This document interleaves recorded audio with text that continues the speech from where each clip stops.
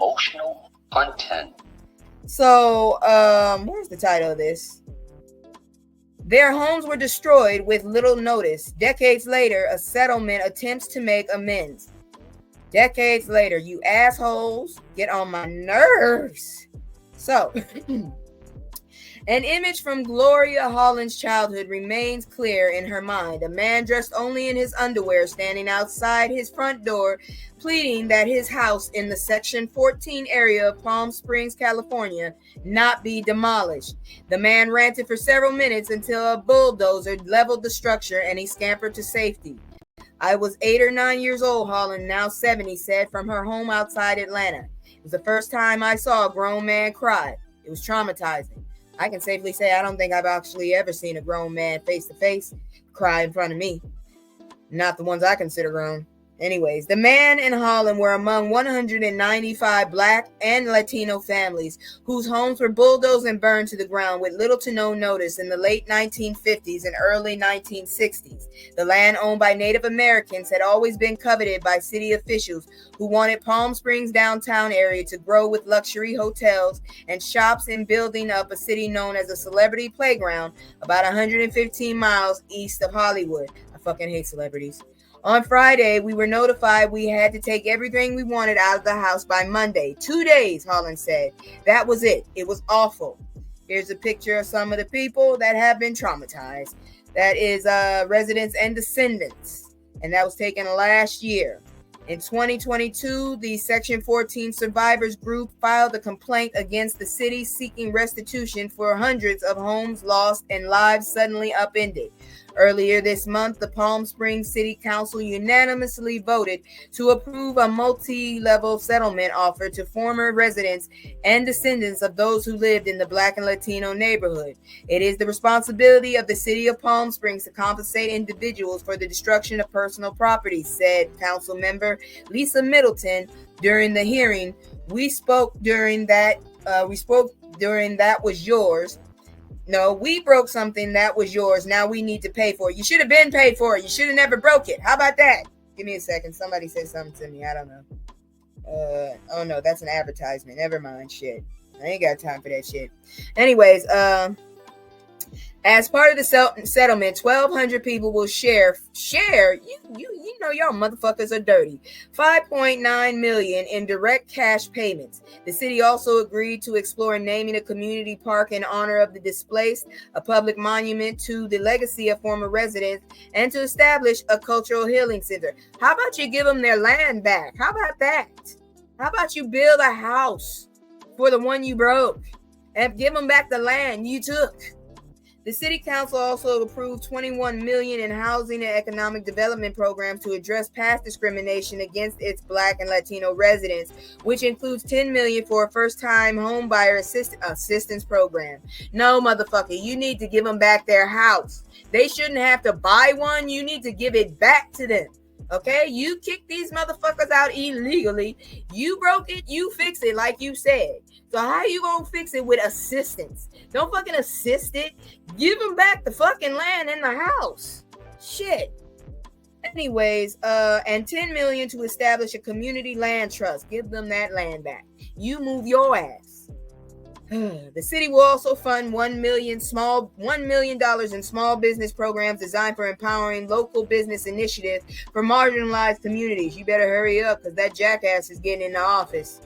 It's been a journey full of emotions from sadness, anger, frustration to exhilaration, said Ariva Martin, the attorney who represented the Section 14 survivors for 2 years in their pursuit for justice. I knew that the conversation around reparations is a difficult one for a lot of people, particularly older Black people, many of whom have experienced so much racial trauma, but have been conditioned to live with it, not to complain about it, to repress it, and in some ways to ignore it. To assure the city council understood the impact of this displacement, Martin said she would work to convince her clients to tell their stories in ways they had not before, because many of these people had never said out loud what happened to them. They hadn't told their children or their grandchildren. They definitely hadn't talked about it in public forum. But I knew that to heal and to move forward, we need to acknowledge the harm of the past. You need to go tell them dumbasses that are sitting up there fighting critical racial theory. I still don't understand what's so wrong about telling the fucking truth. Anyways, this is the attorney right here. She's working with him. Doing so was difficult, Holland said. Going through the situation brought up a lot of emotions and memories I had put away in the back of my mind, she said. Digging back to the past seemed to traumatize her all over again. Give me a second. I got dry throat right now. This is what happens when you smoke. All right. Let's see here now. Where was I? I'm sure a lot of my neighbors felt the same way, she said, because they had similar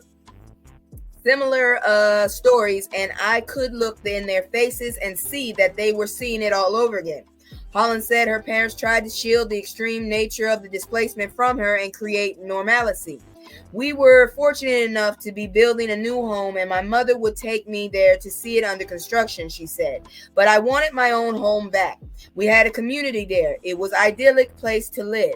We felt protected, no drugs, no crime. They just took it all from us.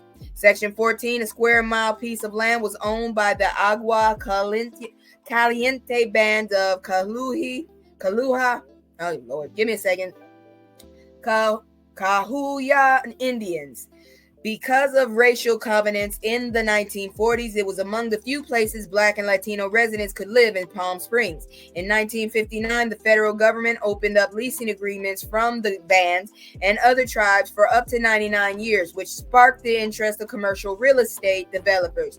Residents worked in various professions to help build and maintain Palm Springs infrastructure: carpenters, plumbers, construction workers, maids, chefs, gardeners, and others in domestic jobs. Despite that, the city, eyeing luxury tourism, gained control of the land from the tribe through conservatorship and ordered the fire department to knock down and burn the homes. You dirty bastards. Ooh, that's all beautiful. All those pictures are beautiful.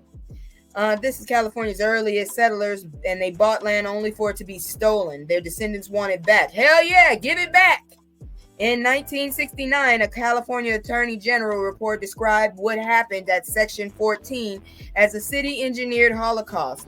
Pearl Devers led the Section 14 survivors group starting in 2021, demanding that the city pay for the harms of destroying their community. She fought for her parents who suffered more than we did, Devers said. The adults lived through that madness. It tore our family apart.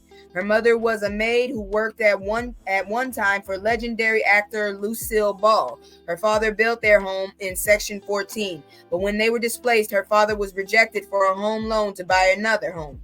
Devers' mother told her the pressures from redlining and racism led her father to alcohol. Our family was crushed, she said. My dad never recovered. He unalived at 68. That's disgusting. Devers said her brother missed having their father around without getting specific. She said she often wonders what her family life would have been like if they were never forced from their homes. So does Lawrence Williams, who now lives in Columbia, Mississippi. Poor man. He was 10 or 11 when he opened his front door to a man who operated a yellow bulldozer.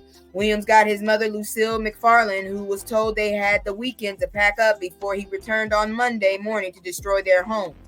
You gotta be some kind of evil to go to someone's house and tell them to get the hell out before you come destroy it. I still remember my mom sitting at the table crying, he said. My mother was a maid and made $1.35 an hour. She didn't have money to just up and move. She didn't have a car. Williams and his younger brother went to a nearby store and brought back home some boxes. They helped their mother pack up what they could. Devers' mom took Williams' mother house hunting, but it was difficult. She finally landed a place about 15 miles north of Palm Springs in a man's hunting trailer that had no bathroom or kitchen. They had to use the bathroom of the neighboring gas station. They endured those conditions for 3 months before finding permanent place with more help from Devers' mother. The traumatizing Williams said, I feared the whole summer that I was going to end up having to go to school there. An all-white school, talking about this is like an old wound that starts bleeding again. And this person right here is 101-year-old Lucille McFarland. So it wasn't even a colorism issue. You just didn't get to have your shit. McFarland's mother is 101, bless her, and lives with him in Mississippi, poor thing.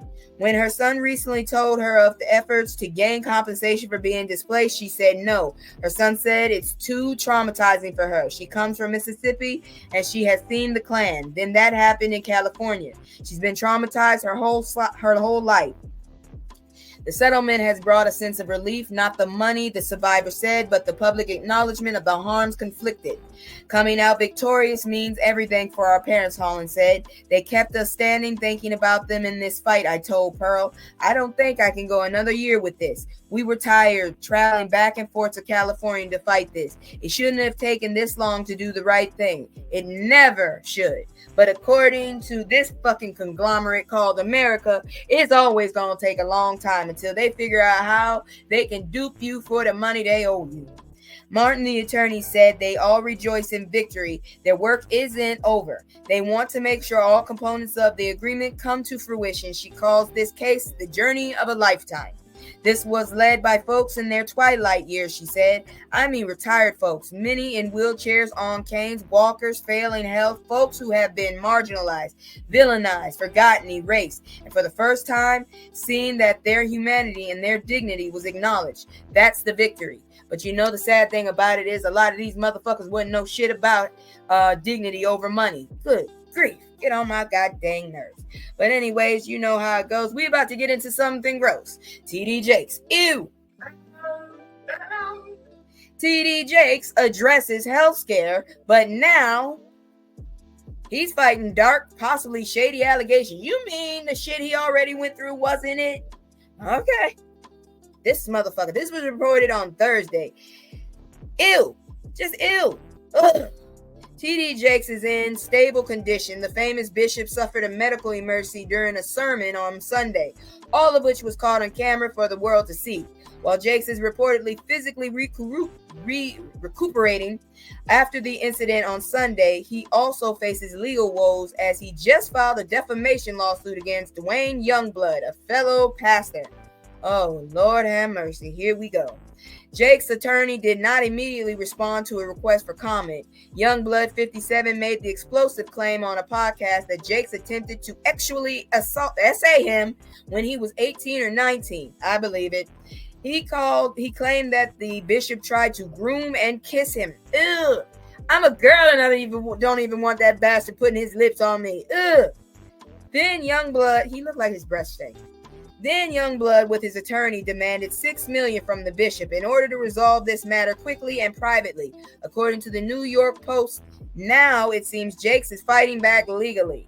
I don't know who's right or wrong, but I don't trust either motherfucker. I definitely don't trust Jakes. That gross, nasty bastard. He done made it impossible now for me to say the word of the function that you do after you chew something. I don't even want to hear it no more.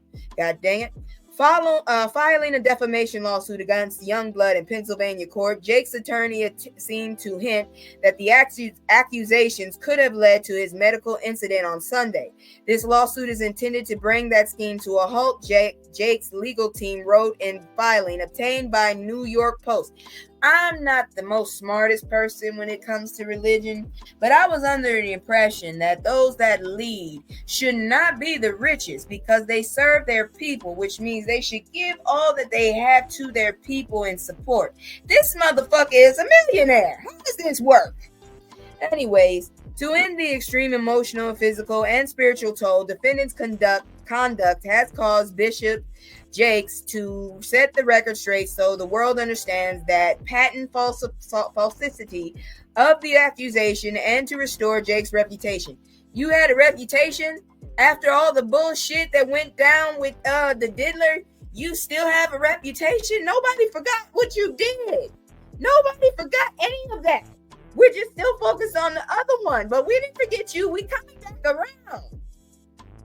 The filing goes on to say that he believes with all his heart that the actual victim of SA should be treated with utmost respect, kindness, empathy, and sympathy.